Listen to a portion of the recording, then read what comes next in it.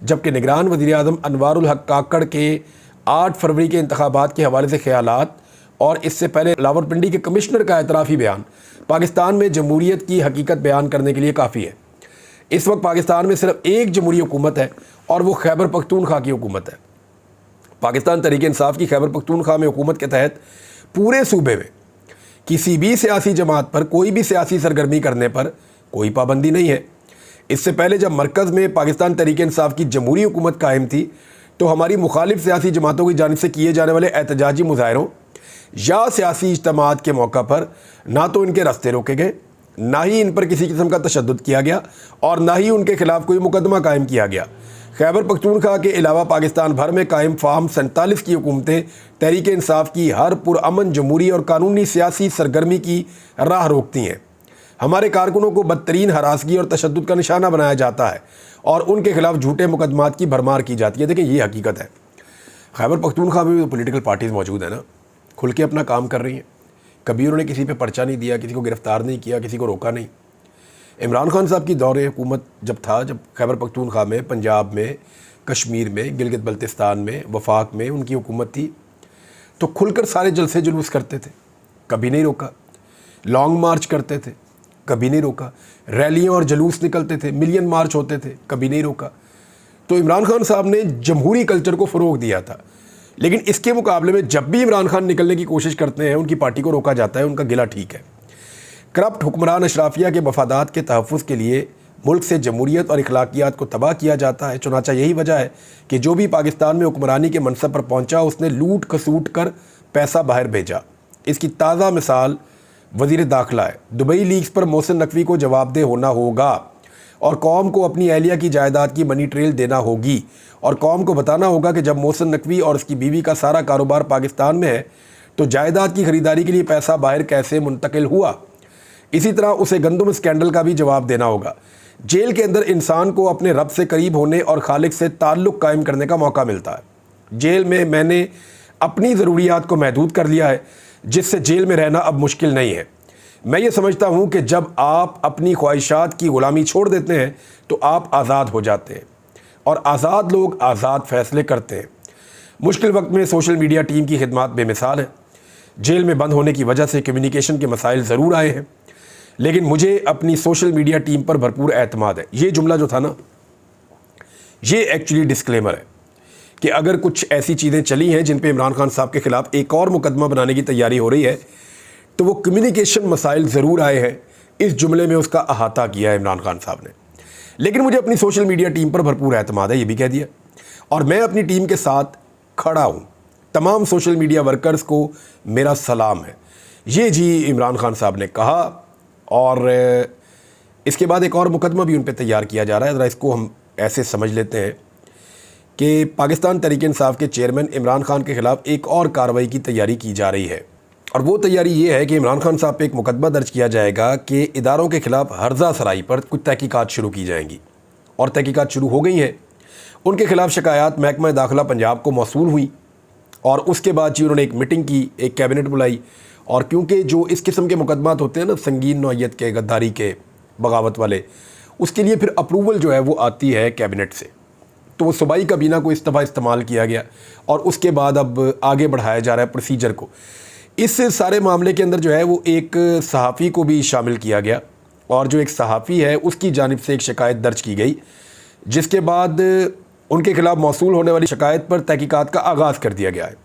اداروں کے خلاف ہرزہ سرائی پر تحقیقات اور پروپیگنڈے کی بنیاد پر مقدمہ ہوگا، اور پنجاب کابینہ ایک صحافی کی شکایت کے اوپر فوری طور پر اپنے آخری اجلاس میں اداروں کے خلاف ہرزہ سرائی کے معاملے میں مقدمے کی منظوری بھی دے چکی ہے، کیونکہ آفیشیلی یہ مقدمہ جب ہوتا ہے تو کابینہ کی منظوری کے بعد ہوتا ہے۔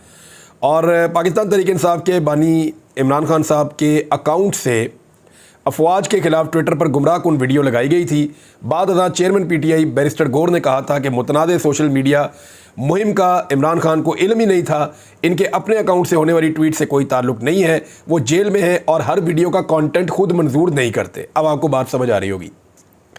اب یہ ایک صحافی ہیں اور رئیس احمد خان، میں نے جیل میں سماعت کے دوران دیکھا، وہاں عمران خان، بیرسٹر گوہر اور دوسرے لوگوں نے میٹنگ کی اور سازش تیار کی اور باہر آ کر میڈیا پر اداروں کی تضحیق کی.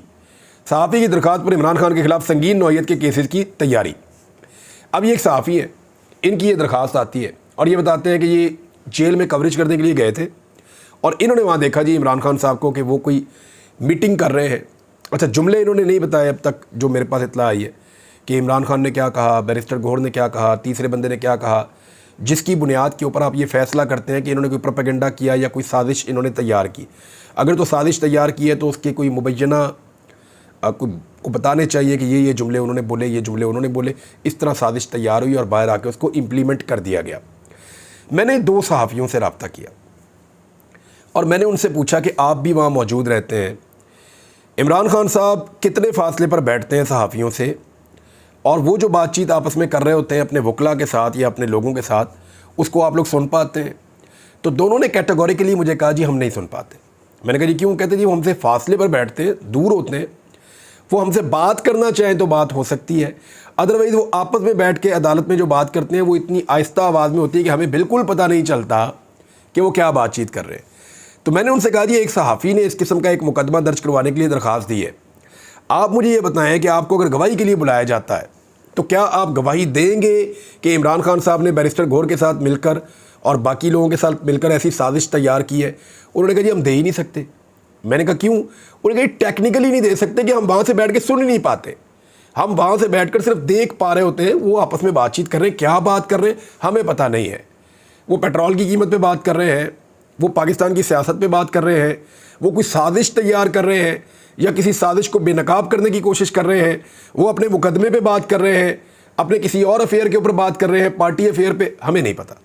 وہ جو بھی بات کر رہے ہوتے ہیں وہ ہمیں نہیں آئیڈیا ہوتا, جو ہمیں وہ مخاطب کرتے ہیں یا ہم تک کوئی لاؤڈلی کوئی چیز پہنچتی ہے تو ہمیں پتہ چلتا ہے, ادروائز ایسی کوئی سازش ہم نے تو نہیں دیکھی. جو باقی 2 صحافی ہیں انہوں نے کنفرم کیا, لیکن فی الحال ایک صحافی تیار ہیں اور وہ یہ کرنا چاہتے ہیں اور انہوں نے ایک اپلیکیشن دے بھی دی ہے. دیکھتے ہیں کہ اس کے اوپر حکومت کیا مقدمہ درج کرتی ہے. بہرحال عمران خان صاحب کا جو سٹیٹمنٹ ہے ان کی پارٹی کے لوگوں نے دیا ہے اور وہ یہ کہتے ہیں,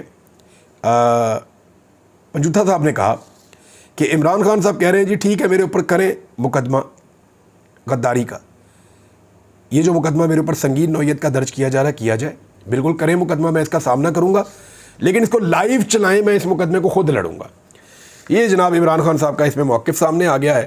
اب دیکھتے ہیں کہ یہ مقدمہ کیسے ہوتا ہے اور اس کا کیا کیا جاتا ہے. لیکن عمران خان صاحب کی جانب سے, پنجاب حکومت کی جانب سے جو سنگین کیسز کے اندراج کی منظوری ہے اس کو لاہور ہائی کورٹ میں چیلنج کر دیا گیا. اس سے پہلے کہ مقدمہ ہو, اس کی جو منظوری ہوئی ہے پنجاب کابینہ سے, اس کو ہی چیلنج کر دیا گیا. پاکستان کے اندر یہ جو غداری کے مقدمات ہوتے ہیں نا, اس نوعیت کے سنگین مقدمات, جب ان کو درج کرنا ہوتا ہے تو باقاعدہ حکومت کی منظوری سے یہ درج ہوتے ہیں. تو کیبنٹ کی اپروول آ گئی تھی پنجاب میں, تو پھر یہ مقدمہ درج ہو سکتا تھا. بہرحال جتنی دشمنی ہے پنجاب گورنمنٹ کی عمران خان کے ساتھ یہ بھی سب کو پتہ ہے. اب یہ ہائی کورٹ میں معاملہ گیا ہے, دیکھتے ہیں کہ یہ مقدمہ ہوتا ہے یا نہیں ہوتا. ویسے لاہور ہائی کورٹ نے 2 بڑی اہم چیزیں لاہور ہائی کورٹ کے سامنے پہنچ گئی ہیں, ان کے بارے میں بھی ہم بات کریں گے. لیکن رؤف حسن صاحب نے اسٹیٹمنٹ دیا ہے کہ فرد واحد نے اپنے اقتدار کے لیے ریاست کو مشکل میں ڈال رکھا ہے. حکومتی فیصلوں اور ریاستی اقدامات پر شکوک کا اظہار کرتے ہوئے انہوں نے کہا کہ پچھلے 1 سال سے ملک میں تماشا ہو رہا ہے اور فرد واحد نے اپنے اقتدار کو طول دینے کے لیے ریاست کو مشکل میں ڈال رکھا ہے. پھر یہ ایک پریس کلب اسلام آباد میں پریس کانفرنس کر رہے تھے, سائفر کے اوپر بات کی, باقی چیزوں کے اوپر بات کی. یہ کل کا دن تھا, آج کا دن پھر بڑا امپورٹنٹ ہے. عمران خان صاحب جو ہیں وہ آج دوبارہ سپریم کورٹ آف پاکستان میں پیش ہو رہے ہیں ویڈیو لنک کے ذریعے سے. کیا وہ ویڈیو لنک پہ آ پائیں گے؟ اب تک یہ ایک بڑا سوال ہے, کیونکہ اصولاً تو انہیں آنا چاہیے. کیا اس کو لائیو چلایا جائے گا؟ اس کے اوپر درخواست ڈال دی گئی ہے, کیا وہ پہلے طے ہو جائے گی یا نہیں ہوگی, یا ان کو لائیو چلایا جائے گا یا نہیں چلایا جائے گا؟ قاضی فائز عیسیٰ صاحب نے دعویٰ کیا ہے, برطانوی حکومت کو جو انہوں نے جوابی خط لکھا ہے اس میں قاضی فائز عیسیٰ صاحب نے تو یہ دعویٰ کیا ہے کہ عوامی نوعیت کے جو مقدمات ہیں ان کو تو ہم براہ راست دکھاتے ہیں. کیونکہ دیکھیں یہ معاملہ شروع کہاں سے ہوا, یہ بھی بڑی امپورٹنٹ ایک چیز ہے, آپ کے سامنے میں رکھ دیتا ہوں. برطانیہ نے جب آسما جہانگیر کانفرنس ہوئی تھی اس میں برطانوی سفیر نے کچھ باتیں کی تھیں. انہوں نے کہا کہ شفاف الیکشن پر تحفظات, ایک انہوں نے یہ نقطہ اٹھایا تھا. پھر انہوں نے کہا قانونی عمل کو استعمال کر کے سیاسی رہنماؤں کو الیکشن میں حصہ لینے سے روکا گیا, نمبر 1. نمبر 2, انتخابی نشان جو ہے وہ چھین لیا گیا. نمبر 3, انٹرنیٹ اور سوشل میڈیا پر پابندیاں عائد کی گئیں. پھر نتائج آنے میں بہت زیادہ تاخیر ہوئی، کاؤنٹنگ کے اندر بے ضابطگیاں نظر آئیں۔ یہ وہ شکایات ہیں جو برطانوی حکومت کو بھی ہیں کہ پاکستان کے اندر انتخابات ٹھیک نہیں ہوئے۔ اب اس کے اوپر جو ہے وہ جواب آ جاتا ہے قاضی فائز عیسیٰ صاحب کا۔ اچھا، حیرت کی بات یہ ہے کہ پاکستان کے اندر لوگ بہت آواز اٹھاتے ہیں، بیچارے بہت زیادہ پوچھتے ہیں، کبھی ایسے جواب آتا نہیں ہے، لیکن سپریم کورٹ آف پاکستان کی جانب سے جوابی خط جاتا ہے سپریم کورٹ کی جانب سے، اور وہ برطانیہ کو جواب دیتے ہیں۔ یہ بڑی عجیب چیز ہے، میں نے کبھی ایسا دیکھا نہیں ہے۔ قاضی فائز عیسیٰ صاحب کو اس بات کی بہت فکر ہے کہ برطانیہ ان کے بارے میں کیا سوچتا ہے۔ بہرحال سپریم کورٹ آف پاکستان نے تحریک انصاف کو عام انتخابات میں بلے کے نشان سے محروم کرنے کے حوالے سے برطانوی ہائی کمشنر کے اعتراض کو بلا جواز قرار دیتے ہوئے کہا ہے کہ سپریم کورٹ نے وہی کیا جو قانون کہتا ہے۔ اپریل میں ہونے والی، یعنی اپریل میں آسما جہانگیر کانفرنس ہوئی تھی، اس کا جواب اب جا کے مئی کے اینڈ میں دے رہے ہیں، اور 1 مہینے سے اوپر ٹائم گزر گیا ہے تو اس کا جواب آ رہا ہے۔ اچھا، اس میں جو انہوں نے بات کی تھی، اس پہ رجسٹرار سپریم کورٹ نے برٹش ہائی کمشنر کی جانب سے کانفرنس میں کی گئی تنقید پر چیف جسٹس آف پاکستان قاضی فائز عیسیٰ صاحب کے حکم پر خط لکھ کر تفصیلی جواب دیا۔ انہوں نے کہا کہ آسما جہانگیر کانفرنس میں جمہوریت اور کھلے معاشرے کی بات کی، لیکن آپ کو یہ جان کر خوشی ہوگی کہ سپریم کورٹ نے خود معلومات کے حق کو تسلیم کیا اور اس کا اپنے اوپر اطلاق کیا۔ اس سلسلے میں انہوں نے کہا کہ کانفرنس میں آپ کی پرجوش تقریر میں جمہوریت کی اہمیت، انتخابات اور کھلے معاشرے کی اہمیت کو اجاگر کیا گیا، اور برطانوی حکومت کی طرف سے دکھائی جانے والی دلچسپی خوشائند ہے۔ یعنی سپریم کورٹ کس کام پہ لگی ہوئی ہے۔ پھر خط میں کہا گیا کہ پاکستان میں قومی اور صوبائی اسمبلیوں کی مدت پوری ہونے کے 90 دن کے اندر انتخابات کرانا ضروری تھا، لیکن انتخابات بر وقت اس لیے نہیں ہو سکے کیونکہ صدر اور الیکشن کمیشن متفق نہیں تھے۔ سارا پاکستان جاتا ہے انتخابات کیوں نہیں ہو سک رہے تھے۔ یعنی اب کب تک ہم چیزوں کے اوپر پردہ ڈالیں گے؟ پورا ملک جانتا ہے کہ انتخابات کب ہونے چاہیے تھے اور کیوں نہیں ہو پا رہے تھے، سب جانتے ہیں۔ اور انتخابات کی تاریخ کے اعلان کا اختیار کس کو ہے، یہ متفق نہیں تھے۔ اور پھر یہ کہا گیا سپریم کورٹ نے معاملہ صرف 12 دنوں میں حل کر دیا اور 8 فروری 2024 کو پورے پاکستان میں عام انتخابات ہو گئے۔ پھر یہ کہا گیا کہ پابندی کا شکار افراد کو الیکشن لڑنے کی اجازت دینے کے حوالے سے اعتراض پر انہوں نے کہا کہ پاکستان میں الیکشن لڑنے کے خواہش مند بہت سے لوگوں کو تاحیات پابندی کا سامنا کرنا پڑتا تھا کیونکہ سپریم کورٹ کی طرف سے انہیں صادق اور امین نہیں سمجھا جاتا تھا۔ البتہ 7 رکنی بینچ نے سابقہ فیصلے کو کالعدم قرار دیتے ہوئے کہا کہ یہ فیصلہ آئین اور قانون کے مطابق نہیں ہے۔ دیکھیں اب معاملہ کیا ہے، بات کوئی تھی کہیں چلی گئی۔ معاملہ یہ ہے کہ بہت سارے لوگوں کو الیکشن لڑنے ہی نہیں دیا گیا، انہیں پریشان کیا گیا اور ان کے لیے الیکشن کی گنجائش ختم کی۔ پیپر تک تو چھینے گئے لوگوں کے، ان کو الیکشن لڑنے سے روکا گیا۔ اس کا جواب یہ کیسے ہو سکتا ہے؟ پھر بلے کے نشان پہ کہا گیا کہ وہ سیاسی جماعتوں کے اندر جمہوریت کے لیے ضروری ہے کہ وہاں انتخابات ہو، شرط ہے انٹرا پارٹی انتخابات اگر صحیح نہیں کرواتی تو وہ انتخابی نشان کی اہل نہیں ہوگی، تو اس کے مطابق کیا گیا ہے۔ تو جیسا نواز شریف کی پارٹی کا الیکشن ہوا ہے، عمران خان کا تو اس سے بہتر ہی تھا۔ بہرحال قاضی فائز عیسیٰ صاحب نے، کیونکہ برطانوی ہائی کمیشن کا جو سٹیٹمنٹ تھا وہ پاکستان تحریک انصاف کو سوٹ کر رہا تھا، تو بجائے اس کے کہ وزارت قانون یا وزارت خارجہ اس کا جواب دیتی، سپریم کورٹ آف پاکستان نے آؤٹ آف دا وے جا کے اس کا جواب دیا۔ یہ بڑی انٹرسٹنگ چیز ہے، میں حیران ہو رہا ہوں اس کے اوپر۔ اب دیکھتے ہیں کہ اس کے اوپر برطانیہ کی طرف سے کوئی ریئیکشن آتا ہے یا نہیں آتا۔ ان کو کچھ چیزیں یاد بھی دلائی گئی ہیں، پھر بات کر لیں گے اس پہ۔ اب تک کے لیے اتنے، اپنا خیال رکھیے گا، اپنے اس چینل کا بھی۔ اللہ حافظ۔